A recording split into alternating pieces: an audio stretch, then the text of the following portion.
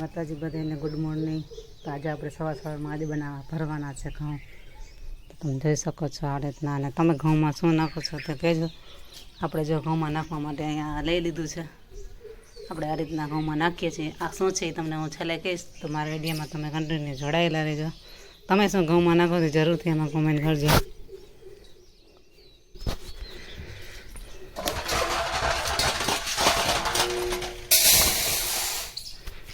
ભરાય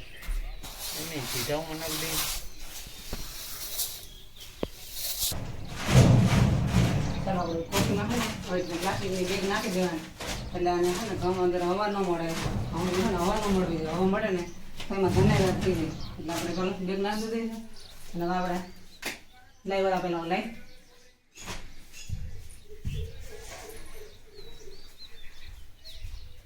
એમાં આપણે ઘણું જોઈએ એટલા રોડ પેપર નાખી દઈએ।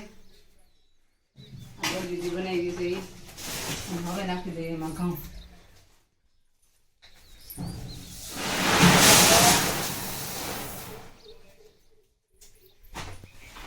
ચાલો તો પાછા આપણે આટલું નાખી દઈએ અને પાછો માટીનો પેડો લઈએ અને હવે આ રીતના જો આમાં નાખી દેવાનું છે બધું। અમે આ રીતના ઘઉં ભરીએ, તમે કઈ રીતના ભરો છો તે કોમેન્ટ કરજો। ચાલો તો આપણે આખી પેટી ઘઉંની ભરાઈ ગઈ છે અને હવે પાછા આપણે ઉપરથી આ બધું નાખી દઈએ અને વ્યવસ્થિત કરી અને આને હવા ન મળે એ રીતે આટલું પેક કરી દેવાનું બધી રીતે બાજુમાંથી નાખી પછી આપણે આને કરી દેવાનું।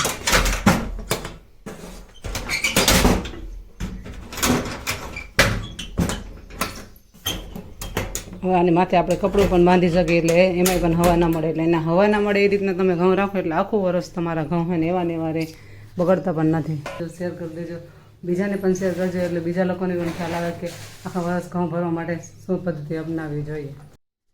ચાલો તો મિત્રો આપણે છે ને ધાણામાં કરવાના છે, આપણે ધાણા કરવા બેસી ગયા છે, તમે જોઈ શકો છો આ રીતના ધાણા આપણે હામાં કરીએ છીએ। અને આપણે ચટણીને હળદર ને હિંગ ને એવું બધું એથી બાકી છે લેવાનું। તો આપણે આજે છે ને ધાણા હામાં થઈ ગયા, પછી ધાણા જીરું દરવા જવું છે અને બધી વસ્તુ લેવા જવું છે।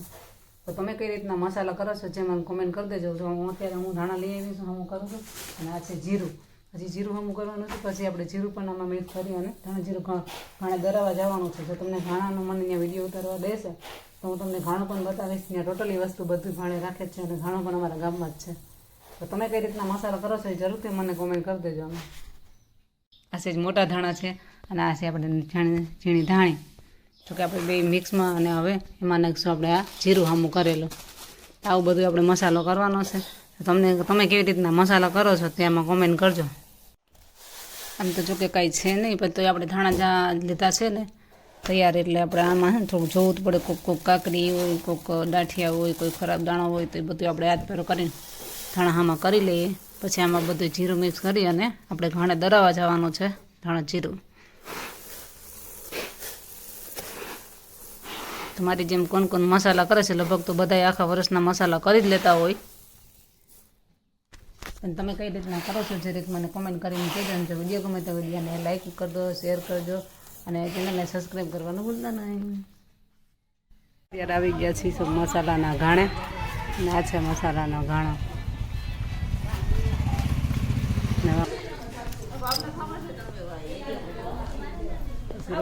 મસ્ત આપણે આવી ગયા છીએ।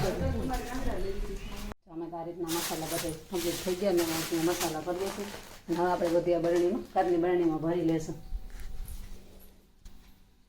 આ ધાણા જીરું દરાવવા ગયા હતા ઘાણે, અને જો ધાણા જીરું આપણે દરાવી આવ્યા છીએ અને હાર આપણે આ સીધાણું મીઠું છે, આ રાઈ છે અને આ વઘાર માટે નાની એવી મરચી છે, તમે જોઈ શકો છો, પ્લસ ત્યાં ચટણી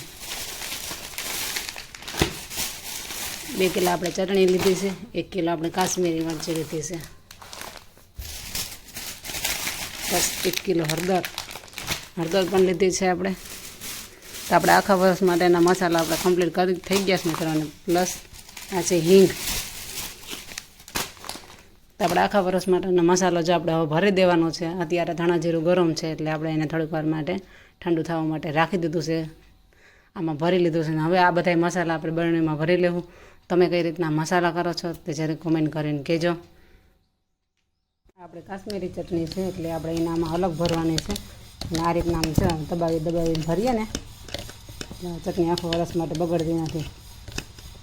જો તમે જોયું એકદમ લાલ ચટક જેવી છે ને જો કાશ્મીરી મરચી. અને આ 1000 રૂપિયા ભાવ છે. 1000 રૂપિયાનો કિલો છે અત્યારે. 900 ને 1000 બે વખતની હતી ત્યાં ઘાણેથી. તો આપણે કાશ્મીરી મરચી એક અલગ ભરી દઈશું. અને આ છે એ રેવા મોરા મરચાંની છે. અને આ છે કાશ્મીરી મરચું. ચાલો તો આપણે છે ને ધાણા જીરું સારવાનું છે. તો તમે જોઈ શકો છો. આપણે જો કે કંઈ હોતું તો નથી આમાં. અને આપણે ઘંટીયાથી દરાઈને હોય ને તો કોઈ એમાં ગાંગડિયું હોય, કોઈ આખા ધાણા કે એવું કંઈ રહી ગયું હોય તો આપણે ચરાઈ જાય. એટલા માટે જ આપણે અહીંયા છે ને ધાણા જીરાને બધું આ રીતના ચારી લેવાનું છે. પછી આપણે બહેણી ભરવાની છે. અને આપણે અહીંયા ચટણીનું હળદરની જે બહેણી ભરી લીધી છે. હજી આ બધું હકેલવાનું બાકી છે. તો ધાણા જીરું આપણે ચારી લઈએ. તો એ ઠરીએ જાય ગરમ છે તો થોડુંક. પછી આપણે એને બહેણી ભરવાની છે મસાલાની. તો જો એ વસ્તુ નીકળે એમાંથી જો નીકળે ને એવું નીકળે એટલે આને હે ને ચારીને પછી ભરી લેવાય.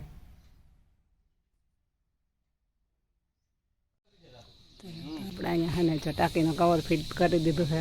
અને જો ઓલા ભાઈ એમાં બીજી ટાંકીનો કવર ફિટ કરે છે.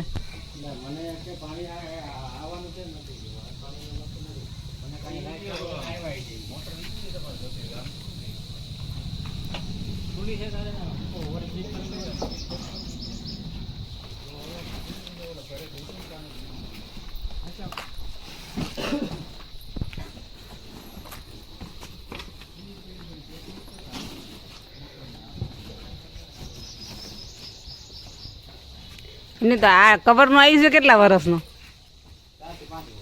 પછી પાછું ફાટી જાય તો બદલાવ નાખવાનું. તો આ ઘર હા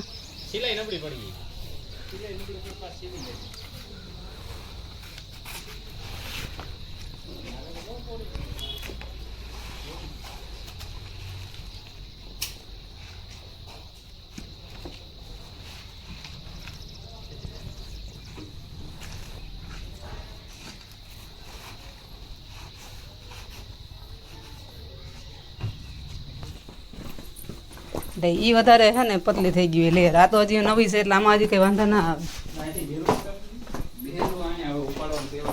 મેં કીધું ખરેક પગથિયું કરવાની જરૂર છે.